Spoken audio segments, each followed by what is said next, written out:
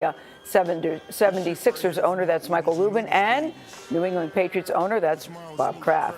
Meek Mill is here with his attorney, Joe Tacopino, for their first live TV interview since Mill's release. Good morning to you both. Oh, yeah. Thank you for having me. Sunday was your 31st birthday? Yes. I'm thinking this is a very good birthday present for you, Meek Mill. Definitely is one of the best birthday presents. But you've been dealing with this for 10 years. You've been dealing with this case for 10 years, and it all started when you were accused of a drug and weapons charge, where you both say you shouldn't have been convicted in the first place. So just take us briefly to the beginning. I was actually arrested by a small group of officers that was basically blacklisted as corrupt officers, and I was found guilty for pointing a firearm at a police officer. Which you said you did not do. What I did not do.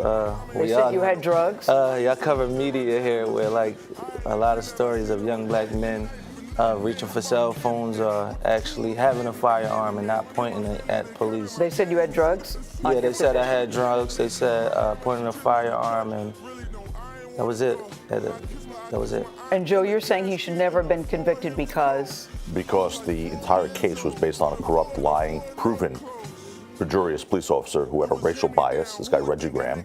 The Philadelphia District Attorney's Office, and Gail, this is not a defense lawyer advocating for his client's benefit. The Philadelphia District Attorney's Office has just acknowledged that his conviction, because of constitutional violations, needs to be overturned. So he was stalked by a system for 10 years, his entire adult life, for a conviction that he should have never been convicted of in the first place, because the entire case was based on perjurious testimony. We have to say we reached out to the officer, Reggie Graham, and he has not gotten back to us. But part of the problem, too, is this 8 years probation, and that you got hit with all these technical violations of violating probation, like popping a wheelie, being late for an appointment. Yeah. On multiple occasions, you did test positive, though, for marijuana and opioids, yes. Yes, no, not marijuana, for opioids. I only tested positive for opioids ever. I was addicted to using painkillers for actually a few years of my life, which was one of the biggest battles in my life that I overcame. And I overcame these battles through rehabilitation. And once I rehabilitated myself, I was still sent to prison almost a year later. Meek, where would you be right now if you were just Meek Mill, who nobody knew, if you didn't have all these powerful people who raised your case up and made people pay attention? I would be in prison.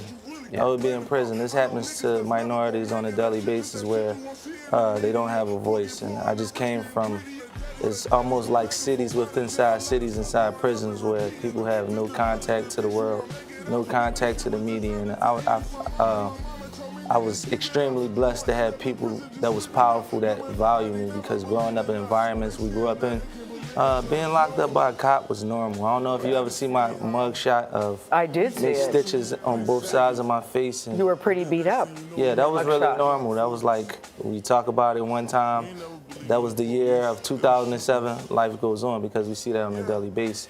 And I'm just lucky to have people of power and much influence to stand behind me and speak up. Who believed in you. You said when you were in jail you used to dream of getting out. Yeah. And now that you're out, you're saying that this case is so much bigger than you.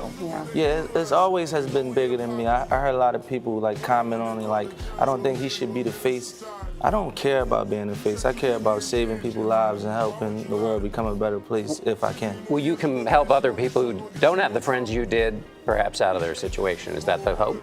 Yes, even being on shows like this, platforms like this, to be able to speak about these type topics is enough. If I could save one, or if I could save 1 million people, is enough for me. I just want to, I feel like God put me on a path to bring this to the light and make this a positive situation, because actually I look at it as I was a sacrifice. I had to do 6 months in prison just about 2 weeks ago. But the district attorney and the probation officer both said, Joe, that he should not get any jail time. That's back in November when she gave him 2 to 4 years as judge. Judge Brinkley gave him 2 to 4 years for violating probation, technical violations, non-criminal offenses.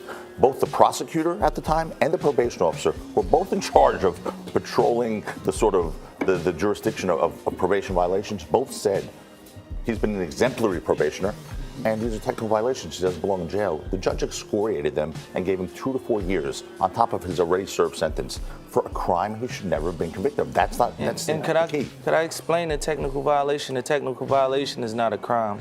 I always use this as an example.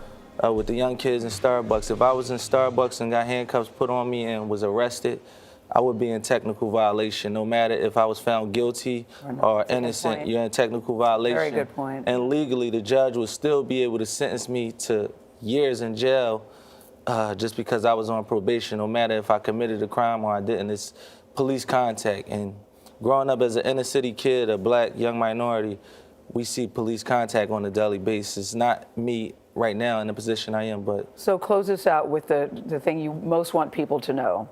I want people to know this situation is not about me on any level.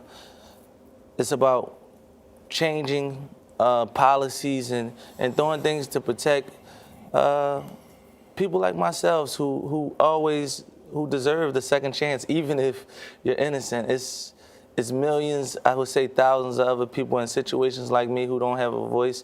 And I would love for the rest of the world, the United States, to stand up and make America one, because I always explained it as being two different Americas. different Americas. And a lot of people, they didn't understand what I was saying. And I would just like to bring people together and make things work. You said you don't want to be the poster child, but I think, Meek, it's too late. I think